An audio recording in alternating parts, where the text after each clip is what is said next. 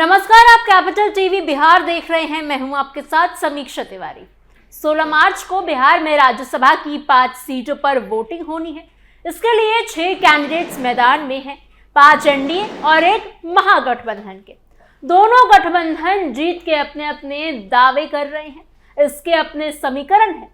NDA जहां dinner के बहाने रोज विधायकों की हाजिरी लगवा रहा है, तो महागठबंधन का आखिरी फैसला इफ्तार पार्टी के बाद होगा। 15 मार्च को एआईएमआईएम के प्रदेश अध्यक्ष अख्तरुल इमान के आवास पर इफ्तार पार्टी का आयोजन किया गया, जिसमें तेजस्वी यादव के अलावा दूसरे नेता भी आमंत्रित थे। यहां दोनों के बीच फाइनल डील हो गई। इससे पहले 11 मार्च को दोनों के बीच एक राउंड की बात हो चुकी थी। तब दोनों ने कहा था कि पॉजिटिव बातचीत हुई है, लेकिन बात को खुलकर मीडिया के सामने नहीं बताया गया। आज की स्पेशल स्टोरी में आपको हम ये समझाएंगे कि क्या है एनडीए की रणनीति, तेजस्वी किस फॉर्मूले के आधार पर जीत का दावा कर रहे हैं, एनडीए क्या तरकीब अपना सकती है, किस पार्टी के विधायक आखिरी समय में पूरा समीकरण बिगाड़ सकते हैं। डिनर मीटिंग में रणनीति तले चेहरे पर दाव। बिहार में होने वाले राज्यसभा चुनाव को लेकर इस समय राजनीतिक हलकों में काफी हलचल है। सत्ता पक्ष एनडीए और विपक्ष महागठबंधन दोनों ही अपनी अपनी रणनीति पर तेजी से काम कर रहे हैं। चुनाव की तारीख नजदीक आते ही दोनों खेमों में बैठकों का दौर तेज हो गया है और हर दल अपने विधायकों को एकजुट रखने की कोशिश कर रहा है। इस चुनाव में संख्या बल के हिसाब से एनडीए मजबूत स्थिति में जरूर दिख रही है, लेकिन 5वीं सीट को लेकर अभी भी राजनीतिक हलकों में चर्चा और सस्पेंस बना ही हुआ है। इसी वजह से एनडीए ने अपने विधायकों को पहले ही पटना बुला लिया और लगातार बैठकों और डिनर के जरिए उन्हें चुनाव की पूरी प्रक्रिया समझाई जा रही है। एनडीए के कई विधायकों में बातचीत में ये सामने आया कि गठबंधन में सभी 5 उम्मीदवारों की जीत को लेकर नेताओं को भरोसा है। इसके साथ ही विधायकों को ये भी बताया जा रहा है कि उन्हें किस उम्मीदवार को वोट देना है। बताया जा रहा है कि 15 मार्च को रात पटना में एक डिनर के दौरान सभी विधायकों को विस्तार से ये समझाया जाएगा कि किसे किस उम्मीदवार के पक्ष में मतदान करना है। इस डिनर का आयोजन जदयू नेता और मंत्री विजय चौधरी के आवास पर रखा गया है। इसी दौरान विधायकों को मॉक वोटिंग भी कराई जाएगी, ताकि वो मतदान की प्रक्रिया को ठीक से समझ सके और चुनाव के दिन कोई गलती ना हो। मॉक वोटिंग कराने के पीछे भी एक खास वजह बताई जा रही है। एनडीए के करीब 100 ऐसे विधायक हैं जिन्होंने अभी तक राज्यसभा चुनाव के लिए कभी वोटिंग नहीं की। ऐसे में पार्टी नेतृत्व नहीं चाहता है कि किसी तकनीकी गलती की वजह से कोई वोट रद्द हो जाए, इसलिए पहले से ही विधायकों को पूरी प्रक्रिया सिखाई जा रही है। इससे पहले भी एनडीए के नेताओं के घर पर इस तरह की बैठक हो चुकी है। 14 मार्च को उपेंद्र कुशवाहा के आवास पर और 12 मार्च को डिप्टी मुख्यमंत्री सम्राट चौधरी के आवास पर विधायकों के लिए डिनर का आयोजन किया गया था। बीजेपी के अंदरूनी सूत्रों के मुताबिक इस चुनाव में उम्मीदवारों को लेकर भी एक खास रणनीति बनाई गई है। बताया जा रहा है कि एनडीए की तरफ से उपेंद्र कुशवाहा को चौथा उम्मीदवार बनाया गया है, जबकि बीजेपी के महामंत्री शिवेश राम को 5वां उम्मीदवार बनाया गया है।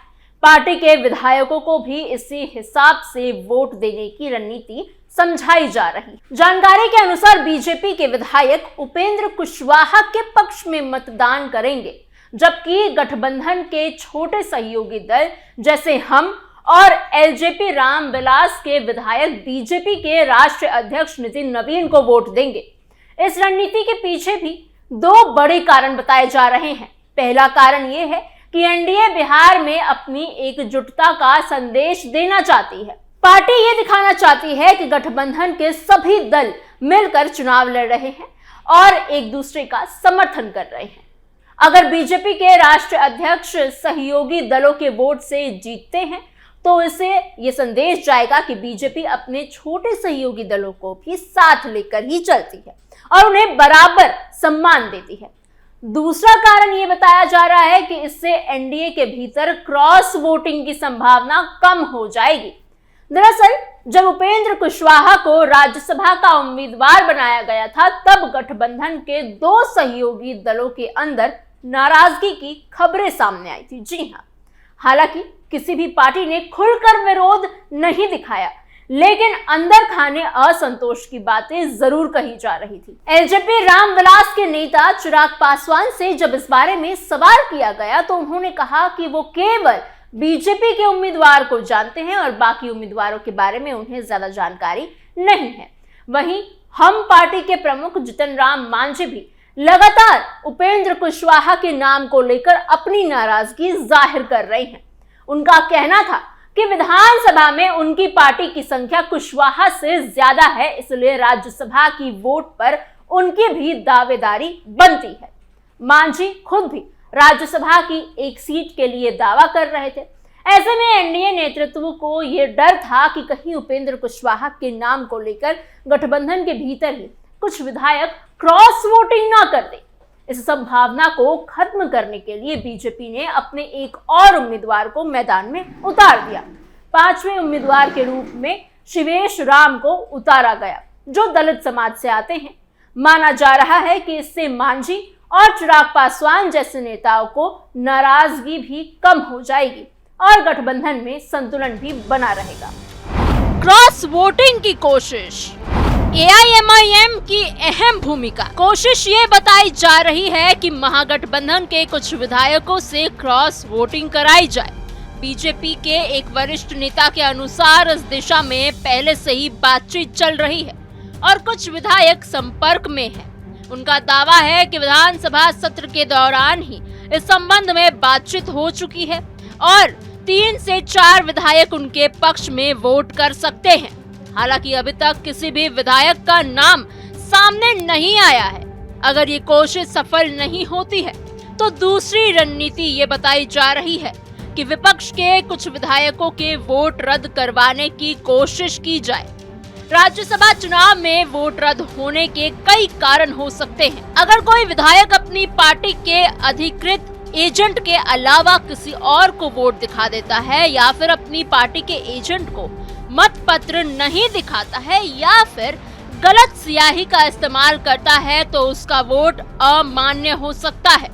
ऐसे में एनडीए इस बात पर नजर रखे हुए है कि विपक्ष के वोट तकनीकी कारणों की वजह से रद्द हो जाए। तीसरी रणनीति ये बताई जा रही है कि विपक्ष के कुछ विधायक मतदान के दिन अनुपस्थित हो जाए। अगर ऐसा होता है तो विपक्ष के वोट अपने आप कम हो जाएंगे और एनडीए के लिए 5वीं सीट जीतना आसान हो जाएगा। इस संदर्भ में खास तौर पर बसपा और एआईएमआईएम के विधायकों की चर्चा हो रही है। हालांकि इन दिनों दलों के नेताओं ने साफ कहा है कि मतदान से अनुपस्थिति रहने वाले नहीं है और चुनाव में हिस्सा जरूर लेंगे। दूसरी तरफ महागठबंधन भी अपनी रणनीति बनाने में ही लगा हुआ है। आरजेडी उम्मीदवार एडी सिंह को जीत दिलाने की जिम्मेदारी नेता प्रतिपक्ष तेजस्वी यादव ने खुद ली है। वो लगातार अपने विधायकों के साथ बैठक कर रहे हैं और सभी को एकजुट रहने की सलाह दे रहे हैं। तेजस्वी यादव अब तक 2 बार अपने आवास पर महागठबंधन के विधायकों की बैठक कर चुके हैं। कांग्रेस भी इस चुनाव को लेकर काफी सतर्क नजर आ रहा है। पार्टी ने अपने सभी विधायकों को चुनाव से 3 दिन पहले ही पटना बुला लिया है। 13 मार्च की रात विधायक मनोहर प्रसाद के सरकारी आवास पर कांग्रेस विधायक दल की बैठक हुई थी। इस बैठक में सभी विधायकों ने कहा कि चुनाव खत्म होने तक वो पटना में ही रहेंगे। इसके पीछे कारण ये बताया जा रहा है कि महागठबंधन को सबसे ज्यादा चिंता कांग्रेस के विधायकों को लेकर है। जी हाँ, क्योंकि टूट की आशंका इन्हीं के बीच में ज्यादा बताई जा रही है। एआईएमआईएम के 5 विधायक भी पटना पहुंच चुके हैं। इसके बाद 15 मार्च को इफ्तार पार्टी के दौरान तेजस्वी और एआईएमआईएम के प्रदेश अध्यक्ष अख्तरुल इमान के बीच अंतिम बातचीत होने की संभावना है। माना जा रहा है कि एआईएमआईएम की तरफ से ये मांग रखी जा सकती है कि आने वाले समय में विधान परिषद की किसी सीट पर महागठबंधन उनका समर्थन करेगी। सूत्रों के अनुसार महागठबंधन भी एनडीए में सेंध लगाने की कोशिश कर रहा है। आरजेडी को भी इस बात का डर है कि कहीं उनके कुछ विधायक क्रॉस वोटिंग ना कर दे। इसी वजह से महागठबंधन के नेता भी लगातार अपने विधायकों के संपर्क में हैं। बताया जा रहा है कि कांग्रेस के एक राज्यसभा सांसद एनडीए के कुछ विधायकों से बातचीत कर रहे हैं। हालांकि सत्ताधारी गठबंधन में सेंध लगाना आसान नहीं माना जा रहा। इस पूरे घटनाक्रम के बीच एआईएमआईएम ने एक नई मांग भी रख दी। पार्टी चाहती है कि उसे औपचारिक रूप से महागठबंधन में शामिल किया जाए। विधानसभा चुनाव के समय आरजेडी ने एआईएमआईएम के लिए गठबंधन का दरवाजा नहीं खोला था, लेकिन अब जब राज्यसभा चुनाव में उनके वोट की जरूरत पड़ी है तो दोनों दलों के बीच बातचीत बढ़ी है।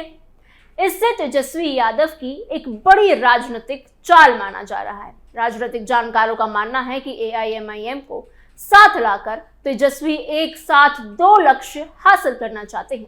एक तरफ वो राज्यसभा चुनाव में अपने उम्मीदवार को जीत का रास्ता आसान बनाना चाहते हैं, वहीं दूसरी तरफ वो विपक्षी दलों को एकजुट करने की कोशिश भी कर रहे हैं। सीमांचल क्षेत्र में मुसलमानों की आबादी बहुत ज्यादा है और वहां एआईएमआईएम का प्रभाव लगातार बढ़ता ही जा रहा है। ऐसे में आरजेडी अब इस पार्टी को नजरअंदाज नहीं करना चाहती। आपको हमारी खबर कैसी लगी हमें कमेंट बॉक्स में जरूर बताइएगा। साथ ही ये भी बताइएगा कि राज्यसभा चुनाव में 5वीं सीट पर जो पेच फंस रहा है, आपको क्या लगता है कि वो सीट किसके खाते में जा सकती है? क्या वो सीट एनडीए के खाते में जाएगी या फिर महागठबंधन उसे जीतने में काबिज होगी? हमें कमेंट बॉक्स में जरूर बताइएगा। ऐसी और खबरों के लिए बने रहिए कैपिटल टीवी बिहार के साथ।